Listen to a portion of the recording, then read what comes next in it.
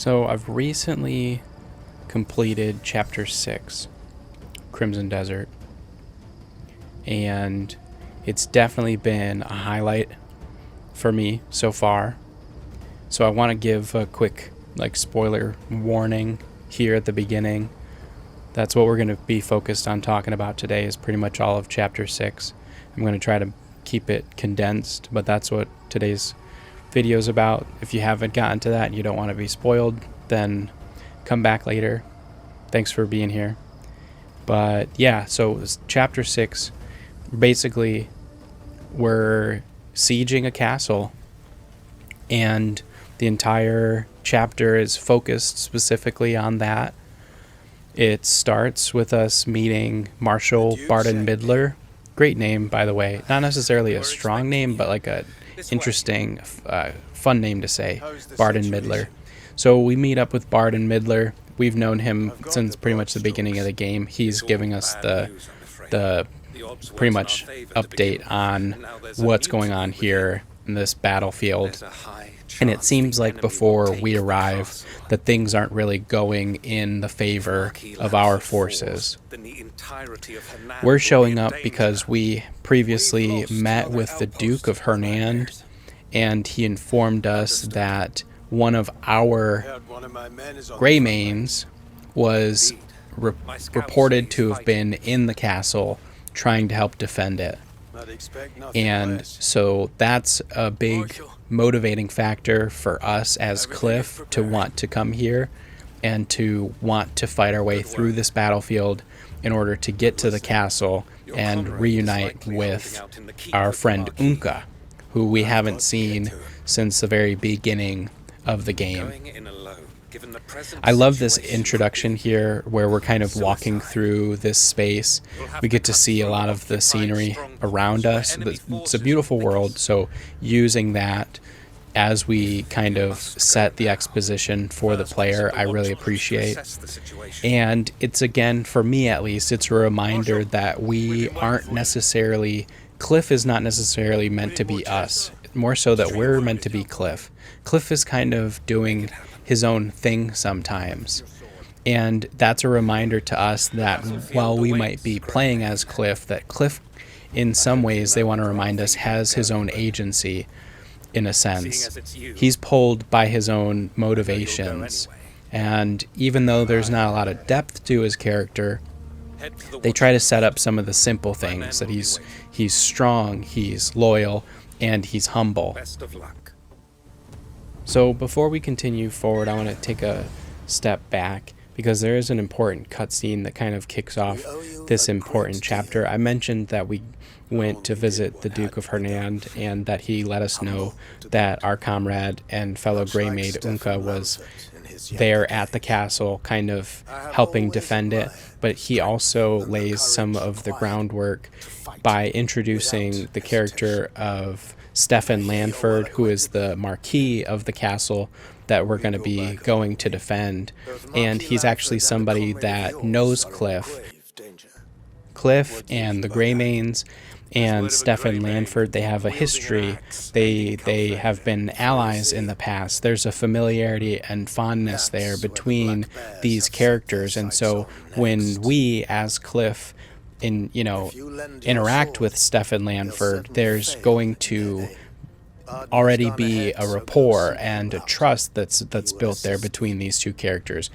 We, as the player, maybe haven't met Stefan Lanford yet, but Cliff has known him for a while. And that's an important distinction, and so they try to kind of introduce that to us early on. If we're paying attention, we could easily just kind of, skip through that cutscene and not absorb the information that they're trying to, give to the player.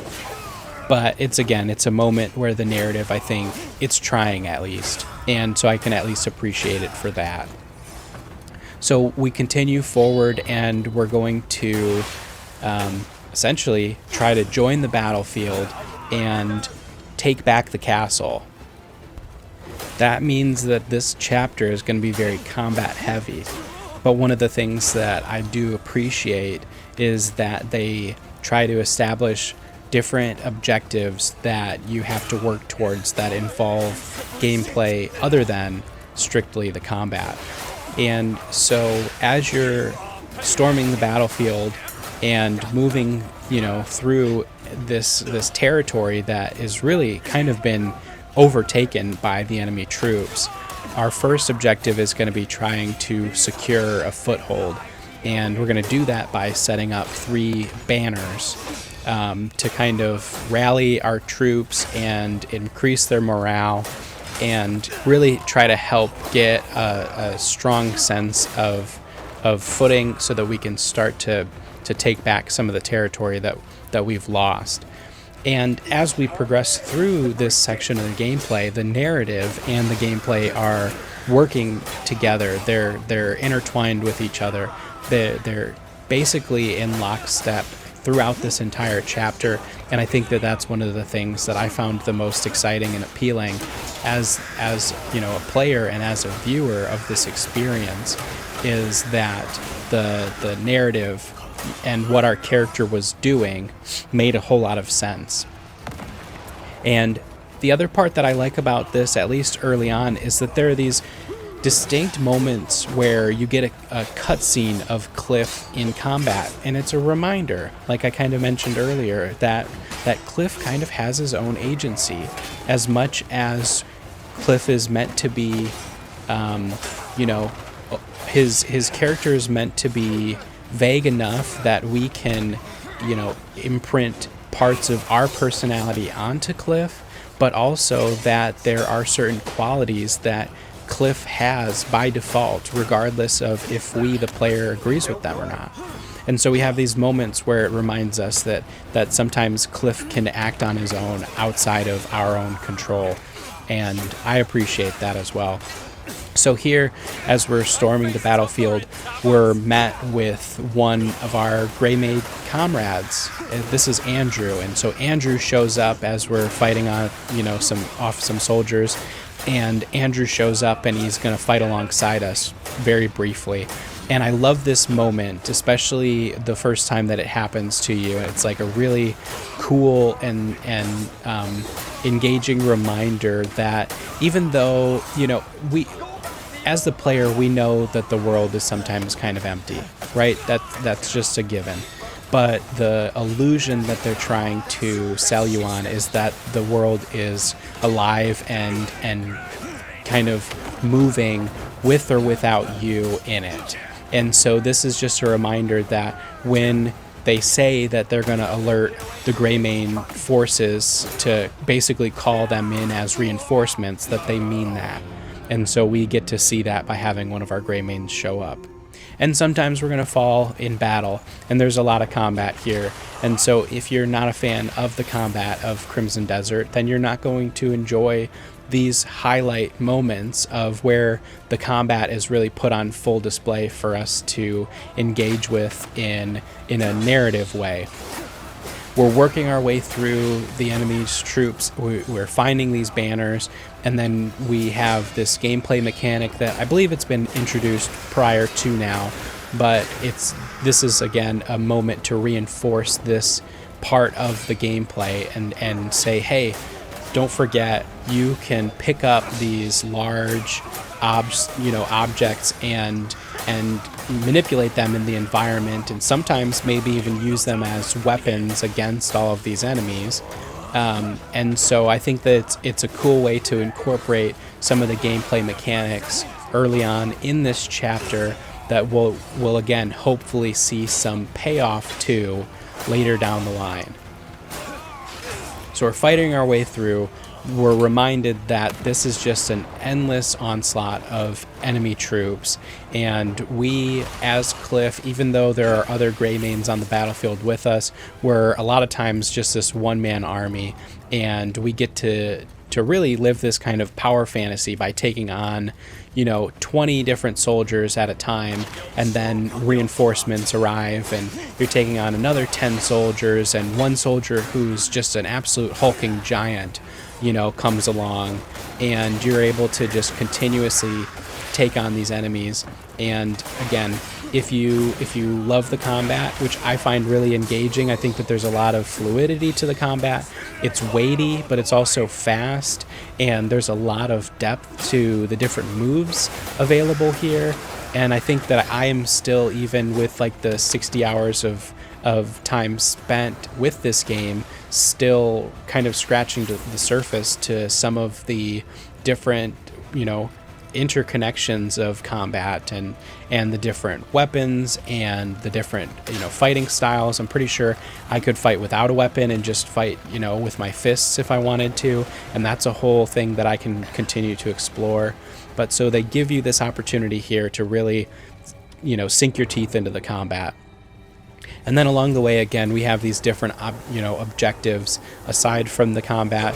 At one point, we hunt down a supply wagon, and we're tasked with destroying it.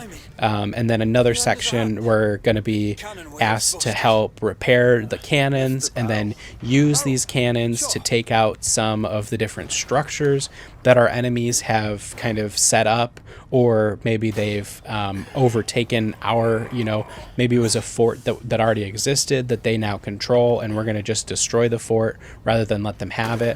And so again, we get this kind of breakaway from the constant combat and these moments where we're given a new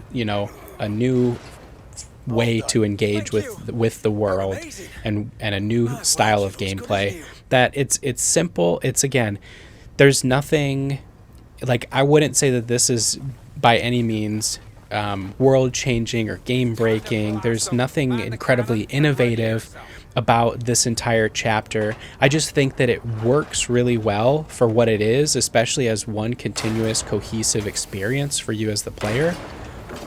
And I think that there's something about that when it's just like they're able to kind of wrap the essence of Crimson Desert into this one section of gameplay and really offer that to you as kind of like a highlight of, like, this is what we're kind of going for. And having some patience and sticking with us and getting this far, you're starting to get a payoff, which again, just a lot of appreciation and respect that I have for the parts of this game that are, in my opinion, being overlooked or underappreciated. So as we finish up there with the cannons, we get introduced to artillery and fire support. This is going to come into play a little bit later for us, but essentially we're given these arrows. They're called whistling arrows, and they act basically as like a flare that calls an artillery strike. And so before we utilize those against the enemy, we have a side objective where we go do some combat and save some soldiers who had been kidnapped. I'm just kind of condensing some of this to get to some of the more gripping segments of the gameplay. And so now we're going to be given an opportunity to use these arrows to essentially take out these enemy tanks. Very, kind of... I don't necessarily know that I would say archaic, because the technology that they're using is certainly not prehistoric or anything like that, but kind of like a medieval technology turned into a tank form. And so it's kind of like cannons on a cart with armor, and we're using these whistling arrows to call down these kind of like an airstrike, more or less, just a rain of explosive fiery arrows. And so again, it's just another opportunity to give a bit of a change of pace in the gameplay and in the experience that we are engaging with as the player and as Cliff throughout this chapter, that I just thought was really fun. And so I'm sitting here playing for probably about an hour and a half or 2 hours that it took me to get through this entire chapter. And the entire time I'm immersed in the story that's happening and in the gameplay, and I'm wanting to progress and continue, rather than walking away, because that's the big challenge that they have as the developers. They're trying to capture your attention in this giant world that they want you to get lost in. and there can always be a distraction or something that puts you on pause. And so in order to maintain your focus, they're trying to continue to keep you engaged with what's the next story beat, what's the next objective that continues to push us along this battlefield that makes sense to symbolize us taking back this territory and fighting back the enemy forces in order to retake the castle and to be reunited with our comrade Unka. And so here we're finally, we make it to the castle. The sky is starting to get dark as night falls, and it again reinforces that what has felt like fighting all day long actually really was Cliff fighting all day long. And now it's nighttime and the sun has set and we're still fighting, and we are reunited with Unka, and we're left with this image of all of these soldiers, both friend and foe, that have fallen in this courtyard, and were made to understand and believe that Unka has been here holding the line pretty much all day long and fighting alongside these soldiers, and seeing them all die as he continues to take down the enemies. And then Cliff shows up, and it's like this sigh of relief and breath of fresh air. Cliff in a lot of ways symbolizes hope to the Greymanes, and he is their rock. He is steadfast and he's solid, and they know that they can count on Cliff. And that's what they have been building with the characters and with the world as it interacts with our character Cliff. So here we're met with Stefan Lanford, the Marquis of the castle, and we have this moment where we kind of nod to each other. We have each other's backs. We're going to fight alongside each other very briefly here, but our objective actually lies elsewhere, and that is with the turncoat, with the traitor, who has basically incited this entire attack on the castle from the inside. And so they kind of lay this out for us as well along the way, that the reason that we're having to fight to take back the castle is because somebody is trying to essentially betray and overthrow Marquis Stefan Lanford. And so this is really the climax of everything that this whole chapter has been building to, is this encounter with Cassius Morton. And he's got this wicked look to his armor, and he just reeks of darkness. He has this giant morning star and massive shield, and a big part of this combat encounter is going to be having to deal with that shield and having to do a little bit of damage to lower his defenses in order to effectively deal damage to him. And we can see from the very beginning here, and if we've ever paid attention to some of the promotional content for Crimson Desert, not only are we going to die a lot, but that there are these pillars, these columns here in this boss encounter, in this room. And it's that cohesion of the gameplay and the narrative and everything kind of coming together. They didn't necessarily tell you that the pillars, the flags that you were planting to rally the troops, the banners, they didn't tell you that those banners were going to be a possible weapon for you in this boss encounter. They just did so. And so you are reminded of that gameplay element earlier in the chapter, and then there's this moment where it can possibly pay off for you. You don't have to use the pillars as weapons, but they give it to you as an option, and I think that that's the thing that we can appreciate, is just having different options and some versatility and variety to kind of break up some of the routine or the repetition of the combat.